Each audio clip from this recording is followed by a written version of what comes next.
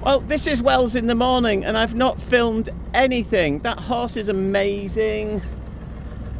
It's also very beautiful. But this morning we've been helping fellow sailing people. Excuse me while I just put Ketty into gear. Steve, I hope you do well in SV Providence, and Shane, who we've just met as well. We were rafted up against. Both just bought their boats this week and both just set off on a ridiculous adventure immediately. So we are hoping very much that their boats make it. Especially you, Shane, with he had no fuel and the fuel dock was closed here and he had to leave. Anyway, a bit more of Wells. Beautiful place. These buoys are like everywhere. It's well buoyed. And it's nice to be able to see them in the morning with a bit of light, because I saw none of that yesterday. It was pretty scary. It really was. So we now need to put fenders away, ropes away, and all of the usual malarkey before we get into the bouncy stuff. So yeah, don't know what you're going to see next, but here it is.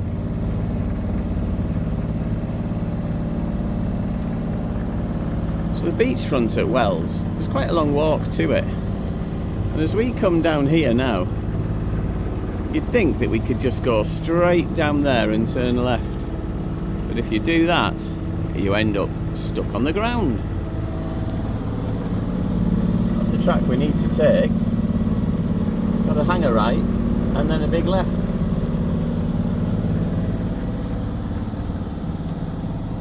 It's lovely to see it in the daytime. And if you do come into Wells, make sure that when you're coming in at night, you don't go for that particular red port marker. Port marker? What's a port marker? Port marker? Because it'll take you into the working fishing harbour rather than where you really want to go. Look at the beautiful beach at Wells. It's got like huts on it and everything. I'm assuming that they're not ready just to come and let's watch the yachts go out at high tide so we can quickly go and rescue them. Coast Watch 65. There isn't a lot of Coast Watch around the coast actually. There's not much in West Coast and North. So thank you Coast Watch for being here.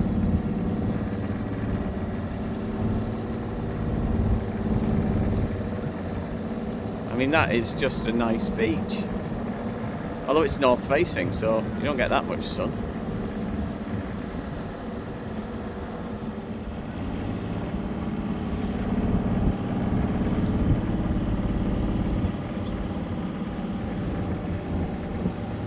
Whatever floats your boat, mate. Definitely have to get the buoyage right. See these breakers here? It's so shallow just there. So that's why we're all the way over here on the starboard side of our way out.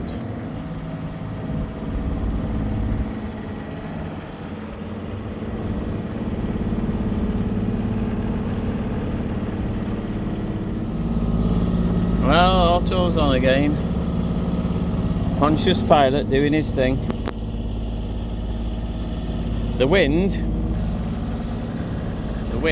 is variable. So we came out and it was coming from our left-hand side, nice westerly wind. Oh, this is beautiful. And got all ready to put the cruising chute up, and then it just disappeared. And now it's coming from there, which is where we're going. So engines on, Conscious doing its thing. Sail is doing absolutely nothing. Motoring day today, I'm afraid. Boo. But we are stonking along at 7 knots. Just to our starboard side we've got Cromer, and Cromer is famous for crabs.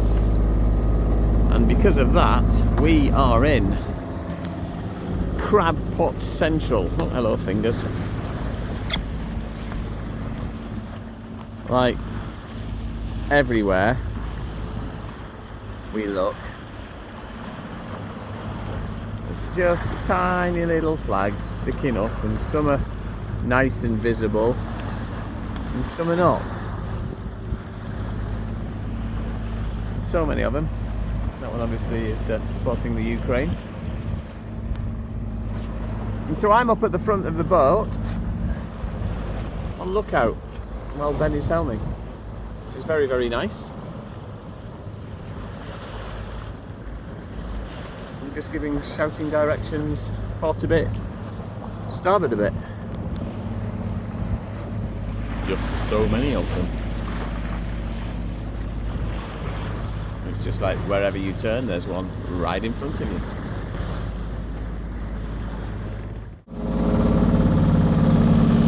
Dinner time.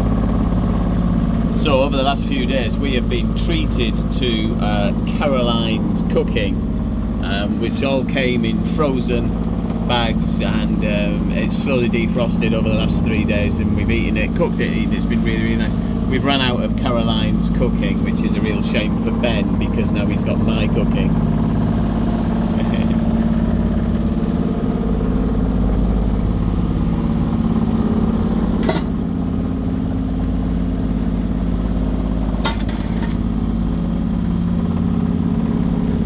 Poor fella, eh? This is Olympic Electra. She's not in Plymouth Hoe, although you might be mistaken for thinking that. And we have now got the tide against us. So we've got the cruising chute up. Cruising chute is up. Speed through the water, 5.1. Speed through the ground, 3.8. Pontius is piloting. Been reading the manual, so we know what to do next. I've had lunch. You saw that. Was lunch tasty? What are you asking me? I'm asking you. Was lunch tasty? Lunch? Yes, it was fine. Absolutely. It was absolutely fine. It was fine. It was fine. Poor fella. Can't believe I made him eat that. Anyway, nothing more to report. More later. Thank you. Voss Glory is definitely going faster than we are as we approach Great Yarmouth with all of its beautiful sunset and fairground. We are potentially getting in at 10:30 tonight. You can see we've still got 9.1 miles to go.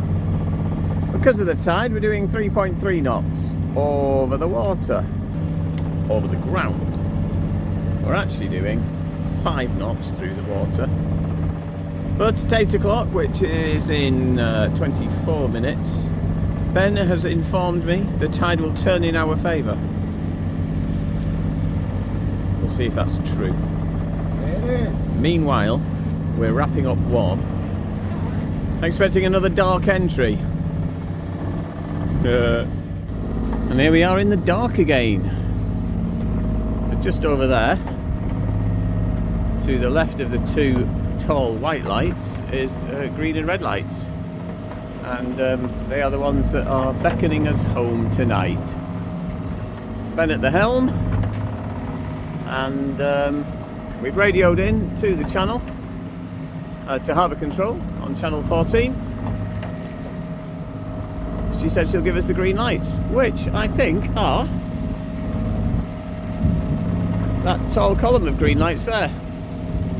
But I'll be more certain of that when we get there.